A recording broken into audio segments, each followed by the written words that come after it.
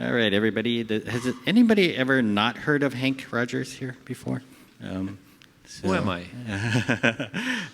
Anyway, so I remember talking to your daughter, Maya Rogers, who's the head of the Tetris company. She's in the back there. And when she was telling me that the Tetris movie was coming out, I was going, wow, that is a surprise. And I don't, like what was interesting about like this story. And she said it was the greatest business development story of all time. That Hank Rogers goes into the Soviet Union and comes out with a license to Tetris, right? And I had said in a previous talk too that I felt like actually the actual story that's in your book here is more like the best friendship story of all time. Because you went back into the Soviet Union and you helped get Alexei Pajitnov out of the Soviet Union. You set up a new company and you gave him half the profits. I mean, you didn't have to do this, right? I mean, what drove you to that kind of behavior? Yeah, so I respect the creators of intellectual property. When I first started, I created a game, and I made money by selling the game. And many times in the industry, I see somebody creates a game, and somebody else copies it, and somebody else copies it, and somebody else copies it, and the original creator of the game is kind of lost in. We don't even know who they are. Who created the original Candy Crush? You go back to Bejeweled. We go back. Somebody created that game, and I have respect for the person who is the creator. And I think that the creator of an intellectual property should benefit. And Alexei was living in a situation in the Soviet Union where nobody benefited from the creation of intellectual property. I specifically remember, I said, like, can I give you money? And his answer was, what, do you want I should go to jail? And I said, no, I just think it's fair that you should get a share of the profit because a lot of people are going to profit from this game. Well, we made that happen. Yeah, nice. And you also wrote the book too, I guess, because you wanted to set, some of the records straight as to what really happened. I guess, right? You saw the script from Hollywood, and I suppose it embellished some of the tale. It's embellish is not necessarily the word. They took a year and a half of my life and squeezed it into 2 hours, and so. To try and explain things that took like weeks in seconds, they have to turn it into like action. And so, when I read the script, I'm like, oh no, this is going to be such a terrible movie. But when I saw the movie, it's like, oh my God, this is a movie. Mm-hmm. And I actually cried about things during the movie that never happened in real life. Especially things to do with my daughter back there. Mm-hmm. Mm-hmm. But you had this developer friendliness or this developer sympathy, I guess, for the beginning of really your involvement in games, I guess. You want to talk about, like, say, before Tetris, how you got this sort of developer-friendly sensibility as well. Yeah, so I created the first role-playing game in Japan. Anybody know this? How many people know that I'm the father of role-playing games in Japan? This is my shirt. It's all the monsters that I created. Back then, one person could create a game all by himself. I did all the coding, did all the graphics. There was only beep, so there was not much sound. I had no idea how much memory I had to do this in. Turned out it was 64K. When's the last time anybody made anything in 64K? Well, I created the first role-playing game in Japan in 64K, and it was the #1 game in Japan in 1984. It was hard work.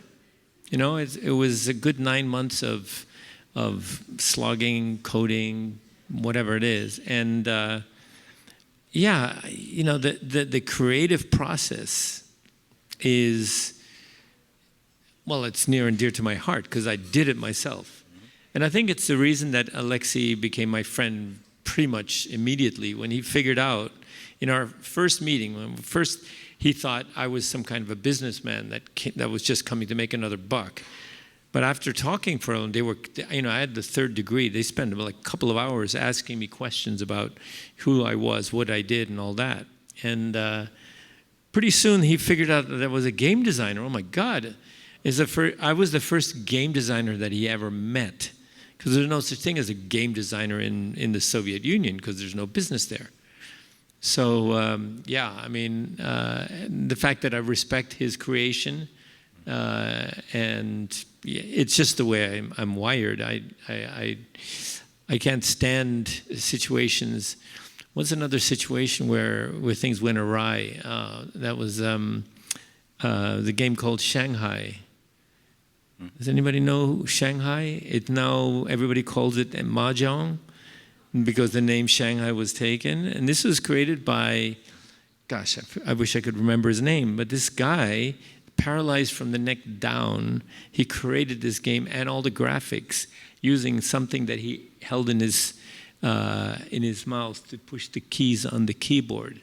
I mean, he did all the graphics for the original game on the Macintosh. It was just an insane amount of work, and somehow they ripped him off.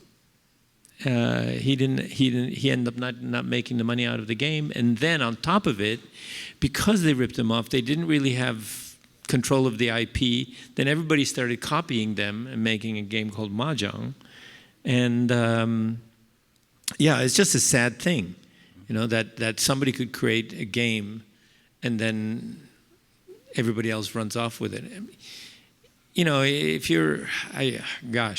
I went to China and saw so many versions of Tetris that were just being pirated. And I would talk to somebody and, would you like to license Tetris? Why should I? I can just do it for free. And, and basically I said to them, look, if you don't respect intellectual property, if you don't respect your own intellectual property, you're not going to have an IP business. All that business is going to happen somewhere else. And I read a book once. It was something about China in 1421, and at that time, the emperor of China had 1,000 books of knowledge and 1,000 books of philosophy. And the King of England had 8 books, and 4 of them were Bibles. That was it. So I'm saying, you guys used to own intellectual property. You were the creators of intellectual property, and now what you're doing, you're just pirating. Of course, it's changing little by little. We're pushing them, but wherever you have protection for intellectual property, you will find a thriving business because people can actually make a living doing it. Mm-hmm. Yeah, when I was asking you about, say, this developer's journey and what was really important for a game to last for decades, one of the first things you brought up was intellectual property protection, copyright protection. Why did you feel so strongly that's like at the tops? And also, why didn't Tetris fall when everybody started copying it? So I got an 800-pound gorilla to back me called Nintendo. So I was published Tetris in Japan, but then how do I? When I was going after all the rights, I needed some help to protect those rights around the world. And part of the deal it's my second visit to the Soviet Union was with Nintendo. I brought them in to get the console rights because I had published console rights thinking that Atari Games had them. Why would somebody lie about something like that, or cheat about something like that? But it turned out that when I showed up in the Soviet Union, nobody had the console rights. They said, we never licensed this to anyone. It's like, oh my God. You have to read about this in the book, because that's the moment of panic. And in the movie, how many of you seen the movie? Yeah, they explain the whole banker thing where it wasn't my property, it was my in-laws' property. It's even worse. like everything they owned was on the line. I was manufacturing cartridges when I showed up in the Soviet Union. And they said, no, you don't have those rights. Nobody has those rights. I'm like, oh. So then Nintendo found out. I told Nintendo, and Nintendo said, yeah, I'll come in and get those rights and then I'll license them back to you, protect you, make sure you don't get. So anyway, I had Nintendo behind me at that point. And they registered the trademarks and the copyrights in 60 countries, that kind of stuff. Mm-hmm. So, and nobody messes with Nintendo. I mean, you don't want to do that. So that protected the IP around the world, especially on console. Mm-hmm. We did have a situation. It was a very strange situation on mobile. This is towards the beginning. I actually had a company that made games for mobile phones for a while. I sold that company. Anyway, we had a copy of Tetris come out on the Apple Store. Mm-hmm. And so we told Apple, take it down. It's a copyright infringement. And Apple says, you have 2 weeks to file a suit against them or we'll put it back up. Okay. So what do? Of course we file a suit. I mean, they were just kids. It didn't really matter. We weren't trying to get any money out of them. They weren't making any money, But the point was they were just blatantly copying our game. Mm-hmm. And somehow they got a lawyer from, the #1 IP lawyer from Stanford who said, for pro bono, I will help you prove that there's no such thing as copyright in computer games. And I was like, oh, what the hell? So we ended up having to get the #1 IP lawyer from Harvard. and she kicked his ass. It was good. It was good. But, it cost me about $5 million in lawyer's fees. This is back in the old days. That wasn't a cheap fight. I was fighting. I wasn't going to get anything out of it because they had no money and, whatever. I wasn't going to get my legal fees back. But the point is that we created the precedent that there is a copyright for games. And since then, nobody has messed with us. So, I think I took one for the team or for the industry there. Mm-hmm. So. This is kind of a sidetrack, but stay with me for this one. But the TV show Mythic Quest has been coming out, for a few seasons now. Ubisoft's people created it, and Rob McElhenney is the star.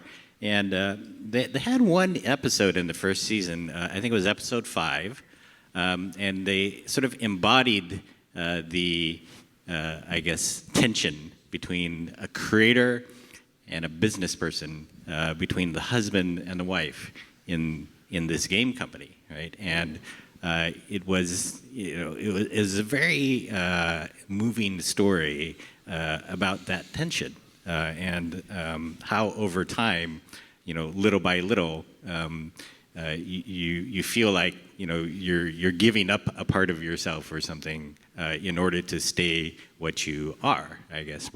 What's interesting to me about you is that you are this very serious business person who did the business development deal of the century, right?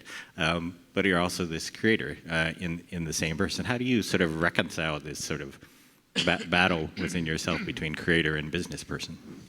I'm the worst when I run the business, and I have my creators doing things, and I constantly butt in. I'm a like we're supposed to release the product. There's no new features coming into this game or whatever, and I show up with a great idea, and that's like, okay, I'm sorry. I made a decision at a certain point in my career, like after I programmed the second game, Fire Crystal, Black Onyx, Fire Crystal. I made a decision I wasn't going to program anymore because I couldn't run the company and develop at the same time. That was just too much. I never got to see my family at that time. There was my wife was a computer widow for 2 years, and So I made a decision, and that was the hardest decision of my life, is give up coding. I loved coding. Are you kidding me? You create something and it works perfectly forever. You know, like how many things in the world work like that? Nothing. You know, everything, machines break down, relationships have their problems, whatever. You have employees and you tell them to do this and they do that. But once you get that code running, that code runs perfectly forever. And that's such a pure thing. And that was a really hard thing for me. But I had to do it. Well, I figure I had to do it. I was I was 29 when I made my first game. So here I am, 30-something, and there are all these young people, and I kind of felt that coding was something that required stamina. You know, you'd have to be able to stay awake all night and over and do this over and over again. And I said, you know, like an athlete, I'm not going to be able to do this forever. You know, I'm going to have to, like, at a certain point, retire from this part of my life. And I think it was the right decision. But I was in it, and so therefore I respect people who are in it or who were in it. You know, that's, we have camaraderie, and I know what they're thinking. So we're here in this more modern world here now, and earlier we were talking all about monetization, I guess, and you know, if there's a creative person sitting in the audience and they maybe don't want to hear about monetization, you know, what do you think of that? Like, I'm very frustrated to watching the way games have developed. When I was developing games in the old day, you worked your ass off to get a game perfect, then you released it. You beat the shit out of it. You had your QA working on it and find bugs, and then you finally released it. And so that's the thing. You created this thing, and then somebody would buy it in a store, or someone buy it somehow. Even when I started my mobile phone game business, somebody would buy a game. Somebody bought Tetris. And that worked for a number of years, but today, people don't even want to buy games anymore. And it's like they won't spend the amount of money like that they spend on a cup of coffee to buy a game. And what that means is that the games, you know, change. You're not having a game that somebody created and you can play as much as you want. No, it's a game that's constantly interrupted by give me money, give me money, give me money. And it's just very frustrating to see games having to exist in that world where you're constantly begging. It's just like, well, I mean, I guess it's a difference between commercial TV and you know, like services like Netflix. You can watch a show from beginning to end without a commercial. And maybe that will come back. I don't know. But I do wish that people would think how much work went into creating a game, and they should spend a latte, you know, which is going to give them 10 minutes of pleasure, versus a game which is giving them hours and hours of pleasure. Anyway, sorry, that's just my pet peeve. Yeah. No, I thought it was interesting the cure for that piracy you were talking about, right? It came from South Korea, right? And it was free to play. Right? And everybody was trying to figure out, like, how can we defeat free, which is what the pirates have. Like, they're giving away games for free, copying them. But free to play comes along and it embraces free, and it gives people the option. If you really like this game enough, you can buy something inside it after you start playing it, right? After you start playing it for free, and it, you know, turns out then that this catches on. You know, the pirates don't profit as much. The pirates can go make their own original games now and do free-to-play within those games. And you know, we get a whole section of Asia now that was monetizing games and rewarding the creators, you know, with all that profit. And free-to-play has become the biggest part of the game industry. And it's like interesting that, like, the pathway... But is it really free? Well, It's the not pathway free. to all of that growth of the It's industry. more expensive than. What the pathway to growth, though, was monetization, right? Yeah, I mean, yeah, but the free to play is just a misconception. Mm-hmm. Even my accountant, he only plays free, and how much have you spent on it? I spent about $30. $30. You're the ultimate cheapskate, and you spent $30 on this game. Well, you could have bought it for $4, and it would be yours forever. Mm-hmm. Anyway, a little Korea story. Mm-hmm. Korea was all pirates in the beginning, including Tetris. So it was just like China, whatever. And so I went there, and I found the biggest pirate company because they were starting to go public. These pirate companies they started to make so much money they were going public. And I said, okay, I'm going to make you a deal. I'll give you the exclusive, and I'll give you a reduced royalty rate, but you've got to clean up Korea. Nobody else can publish Tetris except you. And they did. They cleaned up. And I think that at that point in time, people started the Korean companies started creating their own IP. And of course, they're going to fight for their own IP. And so then that basically cleaned up Korea, so to speak. Mm-hmm.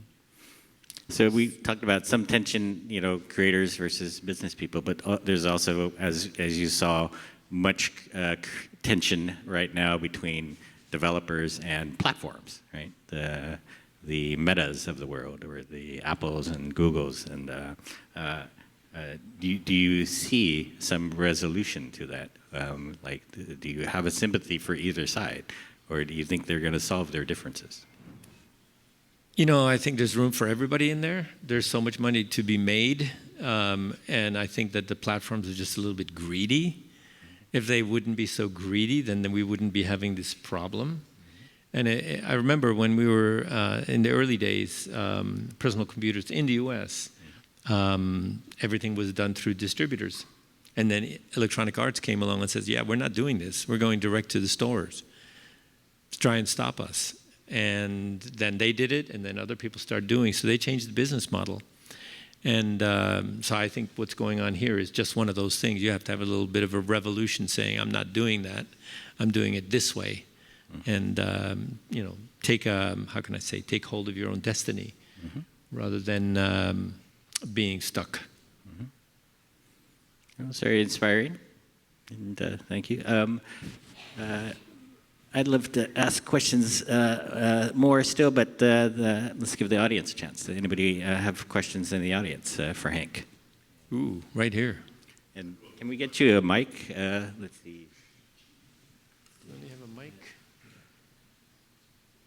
Right here, up front. Great. Appreciate it. And Eli, you want to identify yourself too? I'm Eli Harris, an award-winning actor and voice actor. I'm actually here for Summer Game Fest to be part of a game announcement. Huge fan of you. Tetris, man. What's the game? I can't give the name out. I can't give the name out, but we'll find out tomorrow.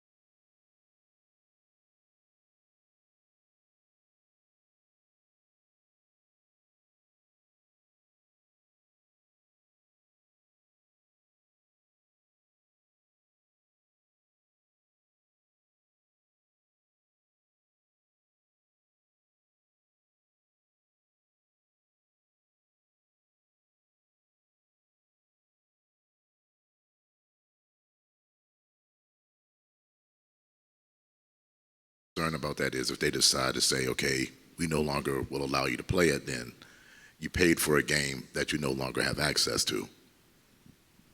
Who's going to stop you? The service? Yeah, and I don't know how that works, but essentially I think that's one of the ongoing conversations that people are having an issue with the cloud-based games is, if we decide to discontinue, there were some games on Xbox, for instance, once they discontinued it, you can't go online with it anymore. Yeah. So it's gets to that, are you renting it or do you own it? Exactly, really? yes. Yeah. That's a good question. It's a good question. I don't think I have an answer for that. I mean, that's way past my career. My career, computer game career, lasted 30 years. That was discs, right? So I've been out of it for quite some time. Thank you, Hank. You want to pass the mic to her right there? Yeah, thanks. Thank you. Hi, Hank. I'm Shaquita. My company is Shiro Games, and we work on games that feature women and girls of color. I'm a storyteller first. I write screenplays, and I've been in Hollywood doing that for a long time. So I want you to tell us a story of what it was like in the 80s working on games. Like, I was playing Tetris as soon as it came, and I'm just like, what was it like back then in comparison to now? Like, you said you were working alone and coding. It's a very, because I had a very unique experience, because I was living in Japan at the time, and I didn't speak, read, or write Japanese. I didn't know anything about my customer. I didn't know that people in Japan didn't play Dungeons and Dragons, for example. All the RPGs in the U.S. Got started because people were playing D&D. Why did you go to Japan? Oh, I chased a girl to Japan after college, her mom. So, and 6 years after I arrived in Japan, personal computers came out. But anyway, so we, back then, and I remember going to the early game developers conference back here when it was just a hotel and people in hotel rooms playing, I don't know, Mule and MIDI Maze, back in the old days. And we were just all excited. All of us were like, we're creating a new industry, and original games were coming up all the time.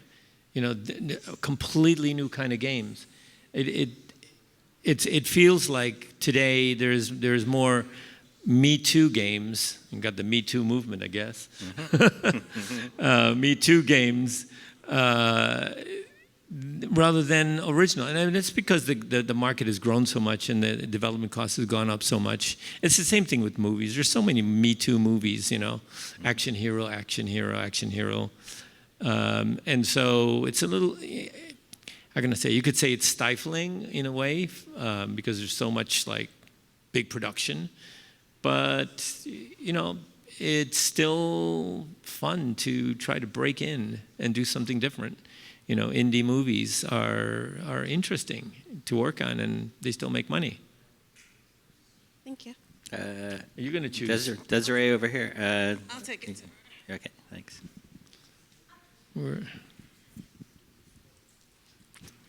Hi, Hank. Hi. Okay. I know that you have kind of done this shift from kind of the video game industry into climate change advocacy and clean energy advocacy. And I'm just kind of curious to know if you could gamify climate change awareness, what would that look like? Yeah, I'm actually working on this. I go to conferences and, people talk about how we're going to fix climate change, yada, yada, yada. And then somebody comes up with that, hey, we should gamify this.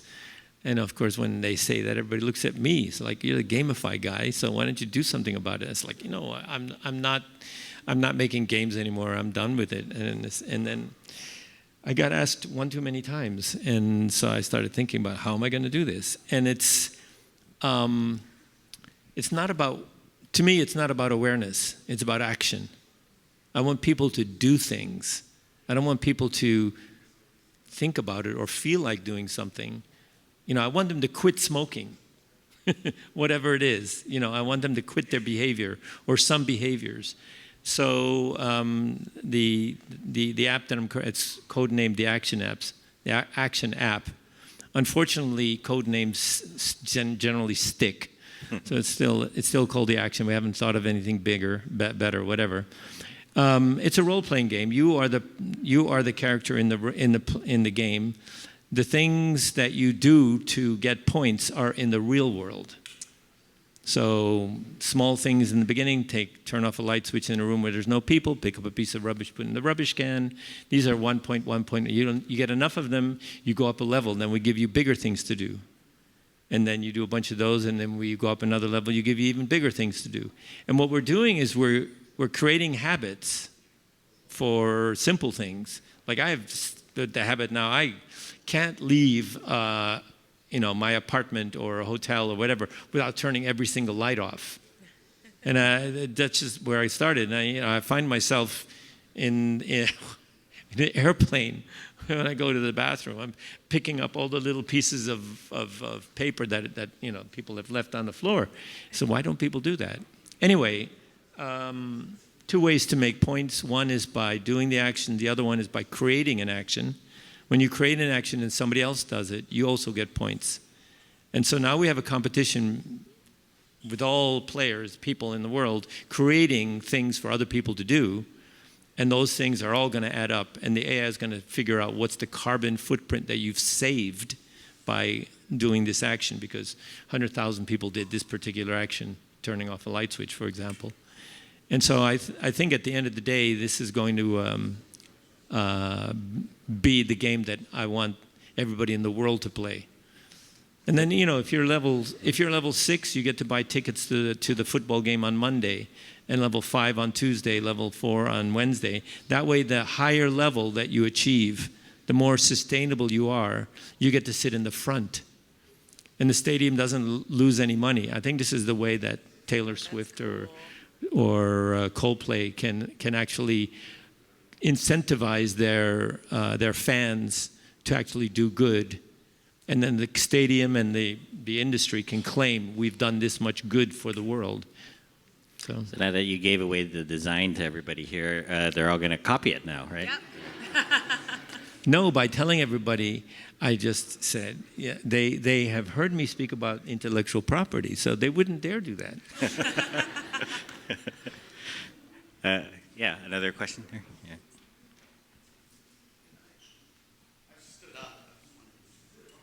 I want this one. I love you and I hate you, Hank. I love you because I used to get home from work and jump on Tetris, right? Mm-hmm. And I hate you because you probably caused me a lot of good sex. My wife, come on to bed. And I'd stay up till 3, 4 in the morning just playing That Tetris. is not my fault. That is not my fault. That is your own fault. That's your own grave that you were digging there. Yeah, that's right. Name's Julio Rodriguez. I own a studio, Void Interactive. We just published a game a few years ago. It's coming on console this year, Ready or Not. The question is along that lines, because I encounter people all the time. Oh, I put 1,000 hours into your game, and I just wonder sometimes what accountability we have, game developers, towards, I don't know, moderating in some way to help people play our game, love it, get addicted, but not too addicted. I don't have an answer. I was just wondering what your take was. I'm struggling with that. If I had my druther, I would only let you play Tetris for 15 minutes a day. Well, my daughter disagrees with me, and she runs the company, so I don't have a say. But if you played a game with a limit. So I play Wordle, and it's got its own little limiter because you only get to do one a day. By the way, we've got a little I created a meta game, so there's 6 of us, and we all add up the score for the entire week, and then whoever gets the low score for the week gets to make a rule for the next week. Anyway, I do think that it's just like watching TV too much. Come on, you can't watch TV for 8 hours a day. Or maybe you can, but you shouldn't. And TV used to be that. I mean, there were periods of time when when the TV broke down, he wouldn't fix it because we were watching TV too much, which was the extreme. So I think for children, you can say, look, you can play game for this much time if you do that for that much time. And if you don't clean up your room, you don't get to play at all. That kind of thing. I think we can, I think that's a sort of a parental responsibility. Just leave it with the user. Yeah. You could play with the siblings too, right? And if you read the book, you would know that Hank has, 14 siblings? I have 4 children, 9 grandchildren, 10 is on the way. And if you add up my extended family, I have a biological father, I have a stepfather, and my stepfather had a second wife, blah, blah, blah. If you add them all up, I'm the oldest of 15. And Tetris took care of everybody, huh? Thank Tetris you. put everybody through college. Nice. Hank, thanks for being here. Thanks for moderating, Dean, CEO and founder of Creative Company. We make marketing technology. I listened to your podcast that you did with Guy Raz about your story. I really enjoyed that. It's great. You guys should listen. I wanted to know, how do you identify a great idea? So you developed games, you met this guy, Tetris. What is the thing that you notice that just makes something brilliant and you want to do it? Well, I guess I have to like it in the first place.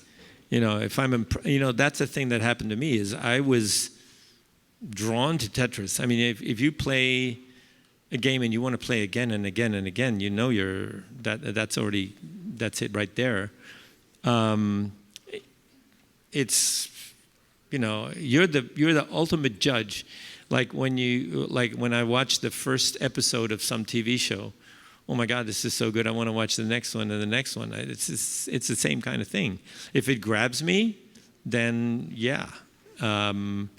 If it's like, what the hell's going on? Okay. Games, I learned very early on with Nintendo games. I watched little kids play Nintendo games. They were cartridges, and Japan didn't have that. They had these. Anyway, I watched them play, and friends would come over and they would try a game, and if they didn't get it within 30 seconds, the cartridge came out and another cartridge went in. That game is not fun. That's a big hint. How many seconds do you have to actually teach your game to somebody to the point where they want to play it? It's called a track mode in arcades. You walk by the machine, you look at it for a little bit, but I mean that's ultimately how things move. And that attract mode is like it's like the trailer for a movie. You watch the trailer and say, "Yeah, I want to watch that movie." So, yeah, and it's all about your personal feeling at that point. Great. So somebody out there. Yeah, probably last couple of questions, depending on how long we. I can stay here all night and answer questions, but I got to sign books. Yeah. Hi, thank you for being here. Eric Marks, head of a sound studio called Transported Audio. I was curious, games have changed obviously a lot since Tetris came out. They've evolved, they've diversified quite a bit. I was curious, what do you hope modern game developers learn from Tetris about simple, effective game design and how that can help the player enjoy the experience? Yeah, it's the gameplay, stupid. That's it's fairly obvious. You can't take shitty gameplay and throw graphics and music at it and expect it to work. It doesn't work that way. Your core game mechanic has to be fun and interesting and compelling, and then you can add, graphics and sound. But you've got to go back. Whenever we start a new Tetris project, we go back to the very early Tetris and we analyze what made that fun. We don't just jump off the last Tetris from last month. No, we go way back and then analyze, and we do that every time. That's an exercise. And so if you're making a game in a genre, whatever that genre is, go back and look at the early expressions of that genre and then see what made that game great. And by the way, when I licensed Tetris for the Japanese market, the biggest company in Japan at the time was called ASCII. What a stupid name for a company. But anyway, the biggest company in Japan at the time, ASCII, looked at Tetris and they passed. Why? And this is 1988 now, because it was too retro. It's too retro in 1988. I'm laughing my ass off. It's great. ASCII is gone and Tetris is still here, So much for that. Thank you. All right, let's go to the last question here, I think. Yeah. Thank you. Honored to have the last question. Greg Off, CEO of Offbase. Nice to see you, Hank. 40 years, huge. milestone last year. So I just wanted to say congratulations first and foremost. Also, just curious, what does the future hold for Tetris? What's next? There's a lot of different futures for Tetris. I love to think that Tetris is the one clean game that lasts forever. And so it's going to be the perfect esport. It's going to be something that companies can, how can I say, they can advertise without being associated with death and violence or, whatever. So we've kept it clean. Brand safe. Sorry? Brand safe, right? Brand safe. Yeah, we kept it clean all this time. We made sure there's no sex, violence, drugs, or gambling associated with Tetris. I've missed the question. What's next for Tetris? Oh, what's next? Yeah. So esports. Then we've also found out that Tetris has a therapeutic effect. They did a bunch of research about PTSD and how playing Tetris after trauma mitigates the effects of PTSD. It cuts in half the frequency and the intensity of flashbacks. And more recently, we've even have some not evidence, but this is we have a neuroscientist who's actually been using Tetris to solve trauma. And what he does is he walks you back to the trauma and then makes you play Tetris. And then somehow the trauma goes away. Your trauma is an emotional state that's frozen in your mind. It goes from long-term memory back into short-term memory. That's a flashback. And then it gets mangled and it goes back. And it does that over and over again. And so those memories get worse and worse. So PTSD can get worse and worse, or the trauma can get worse and worse. And so when it comes into your short-term memory, you scramble it before it goes back. And then it's incoherent when it goes back because you've done this to it somehow. I don't know how it works. I'm not a neuroscientist, but I think that there are a lot of people in the world that suffer from trauma. And I think they can be cured. And it's not only Tetris, but I think it's any game that takes your 100% attention and moves lights and so on and so forth. It's just that Tetris is played by everybody, so it's easy to give it to somebody and say, here, play this. If you have to learn how to play a game, in the ambulance, it's hard. Thank you. Interesting. Yeah. So you're going to put Tetris on the Nintendo Switch 2 as well? If it has a screen, Tetris will be on it. Sorry? It's a Tetris is a launch title for the yeah, why don't you Nintendo come here Switch and 2. say that instead of sitting back there? She doesn't tell me anything. Yeah. This is how I find out. All right. Oh.